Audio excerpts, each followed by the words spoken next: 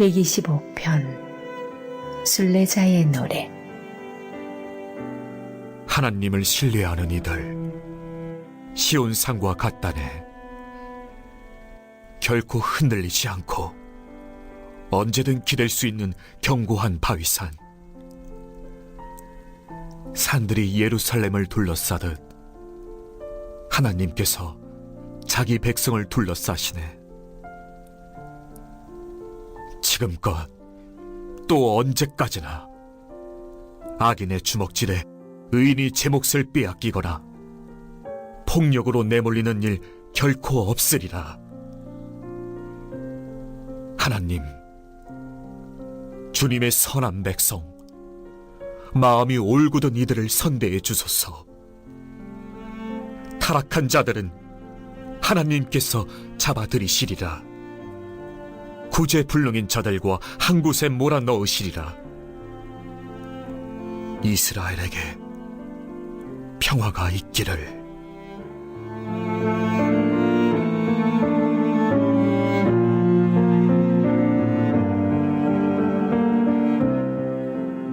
일, 2절입니다. 여호와를 의지하는 자들은 하나님의 견고한 보호를 받을 것이므로 두려움이 없습니다. 이들이 진정한 하나님의 백성입니다. 하나님을 신뢰하는 백성과 이 백성을 향한 하나님의 보호는 1, 2절에서 시온, 예루살렘 두 장소를 통해 설명됩니다. 먼저 시인은 하나님을 신뢰하는 자들은 흔들리지 않고 영원히 자리를 지키는 시온산과 같다고 말합니다. 성경에서 시온은 예루살렘의 동의어나 대체어로 자주 사용됩니다. 원래 시온, 성취란 뜻이죠. 시온은 다윗이 여부수 사람들이 살고 있는 예루살렘을 공격하여 점령한 남서쪽 지역 산성을 가리킵니다. 그 후 다윗이 시온에 거주하였으므로 시온은 다윗성이 되었습니다. 사무엘하 5장 보세요. 다윗은 예루살렘, 평화의 터라는 뜻이죠. 예루살렘을 이스라엘의 수도로 정하고 이곳으로 하나님의 언약궤를 옮겨왔고, 솔로몬 때 하나님의 성전이 예루살렘 모리아산에 건축되었습니다. 역대하 3장 보세요. 하나님이 그의 처소로 선택하신 장소가 바로 이 예루살렘이었으므로 예루살렘과 시온산은 하나님의 성, 큰 왕의 성 또는 하나님의 산, 거룩한 산으로도 불렸습니다. 시편 78편, 132편, 이사야 3장 참조하세요. 하나님이 이 시온산에 계시므로 시온은 요동함 없이 건재할 수 있습니다. 지진, 산사태, 광풍, 파도 등 자연의 혼돈 속에서도 하나님이 함께 하시므로 시온이나 백성은 두려움도 흔들림도 없었습니다. 시편 46편 보세요. 열방이 시끄럽게 소리 지르며 전쟁을 시작하고 이로 인해 왕국들이 흔들려도 하나님이 목소리를 한 번 내심으로 땅이 휘청대며 녹았고 하나님이 이 세상에서 전쟁을 아예 멈추셨으므로 그의 백성은 안전을 누립니다. 둘째, 시인은 예루살렘의 지형학적 형세를 통해 하나님이 그의 백성을 돌보심을 묘사합니다. 예루살렘은 해발 780m 구름이며 이 도성은 감람산, 성전산, 모리아산이죠. 시온산 등 산으로 둘러싸였습니다. 이처럼 여러 산이 예루살렘을 에워싸 외부의 공격에서 도성을 보호하듯 하나님께서도 그의 백성을 둘러싸 대적으로부터 지켜주십니다. 산들도 변함없이 예루살렘을 지켜왔지만 하나님이 그의 백성을 보호하시는 손길은 영원까지 쉼없이 지속될 것입니다. 성전에 올라가는 노래에 해당하는 시편 중 121편에서도 시인은 하나님을 이스라엘을 지키시는 분으로 소개했고 124편에서도 하나님을 이스라엘의 도움이라고 고백하며 하나님이 그들을 짐승의 이빨과 사냥꾼의 올무와 같은 위기에서 벗어나게 하셨음을 찬양했습니다. 하나님이 이렇게 그의 백성을 돌보심으로 그의 백성은 하나님을 온전히 신뢰함으로써 또한 하나님이 내려주시는 평안함을 누림으로써 이에 화답할 수 있습니다. 3절로 5절 상반절입니다. 자기 백성을 보호하시는 여호와 하나님은 세상의 모든 의인과 악인을 살피고 다스리십니다. 시인은 악인이 하나님의 통제 아래 있음을 먼저 언급합니다. 악인의 규가 의인들의 땅에서는 그 권세를 누리지 못합니다. 라는 시인의 선언은 악인의 규가 의인들의 분깃 위에 안착하지 못하리라는 뜻입니다. 원문에서 악인의 규는 왕의 호를 가리킵니다. 악인이 높은 지위와 권세를 가졌음을 암시하죠. 의인들의 땅은 그들이 각각 기업, 유산으로 할당받은 땅, 즉 그들의 소유를 나타냅니다. 그 권세를 누리다란 말은 정착하다, 쉬다, 안착하다의 의미입니다. 이 모든 것을 종합하면 악인이 그들의 지위와 권세를 이용하여 의인들이 합법적으로 소유한 땅을 빼앗으려 함을 알 수 있습니다.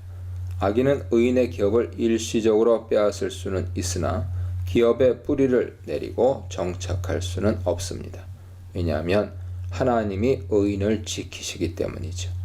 이러한 상황의 예를 이스라엘의 역사에서 두 가지 찾아볼 수 있습니다. 첫째, 불의한 방법으로 나봇의 포도원을 빼앗은 아합과 이세벨의 경우죠. 열왕기상 21장에 나오죠. 아합은 왕의 지위를 이용하여 나봇의 기업인 포도원을 빼앗으려 했습니다. 그가 나봇과 포도원 값을 흥정하려 할 때 나봇이 유업으로 받은 땅을 파는 일은 하나님의 율법에 금지되었음을 지적했듯이 땅은 하나님의 소유로서 사고 팔 수 있는 것이 아닙니다. 다만 하나님이 예외적으로 제정하신 기업을 무르는 제도가 있어 이를 따라야 했습니다. 레위기 25장 보세요. 아합은 이스라엘 백성으로서 이와 같은 법을 몰랐을 리 없지만 자기가 합법적으로 가질 수 없는 땅을 탐낸 것을 보면 그가 하나님 말씀을 얼마나 가볍게 생각했는지를 알 수 있습니다. 아합의 아내 이세벨은 한술 더 떠서 악한 계략으로 나봇을 죽여 그의 포도원을 아합에게 넘기게 합니다. 그러나 오늘 본문 3장 상반절에서 선언하듯 이들은 나봇의 포도원에 안착하지 못했고 그 죄값으로 죽임을 당하게 되었습니다. 둘째, 악인의 규를 아수르나 바벨론의 침입으로 보고 의인의 땅을 이스라엘의 기업인 가나안 땅으로 해석한다면 열방의 무리가 침략하여 이스라엘이 하나님께 받은 기업을 빼앗은 사건을 생각할 수 있습니다. 아수르와 바벨론 왕들은 잔혹한 전쟁을 벌여 이스라엘과 유다 백성을 포로로 끌고 갔으며 각 지파가 하나님으로부터 유업으로 받은 땅을 빼앗고 황폐하게 만들었습니다. 그러나 이때 열방도 아합과 마찬가지로 이스라엘의 기업에 완전히 정죄하지 못했습니다. 하나님이 이스라엘을 그들의 기업으로 돌려보내셨기 때문이죠.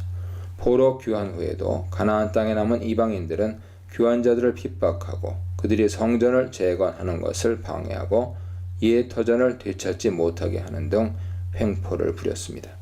그러나 이때도 이스라엘은 하나님의 선하신 도움으로 성전을 재건했고 본토 자기 기업에 정착할 수 있었습니다. 하나님은 악인의 행위와 삶뿐만 아니라 의인의 삶과 행위도 통제하십니다. 사람이 자기 본연의 삶을 살아가는 동안에도 인간으로서는 이해할 수 없는 하나님의 놀라운 섭리가 작용한다는 의미죠. 하나님은 악인이 의인에게 권세를 남용하지 못하게 막으시나 의인에게는 이들이 죄악의 손을 뻗쳐 죄에 빠지지 않게 막으십니다. 의인이란 여호와를 의지하는 자들로서 하나님의 백성이며 선하고 마음이 정직한 자들입니다. 이들은 근본적으로 하나님을 경외하는 자들임을 알 수 있습니다. 시인은 하나님께서 의인을 선대하여 계속적으로 그들을 선한 길로 이끄시길 간구합니다.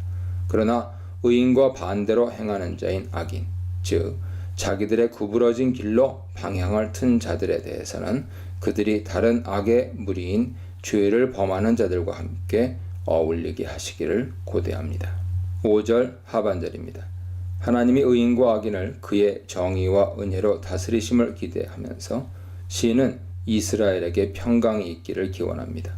시인이 기도의 마지막에 하나님의 평강을 언급하는 것은 성전에 올라가는 노래의 다른 시에서도 나타납니다. 시편 122편, 128편 참조하세요.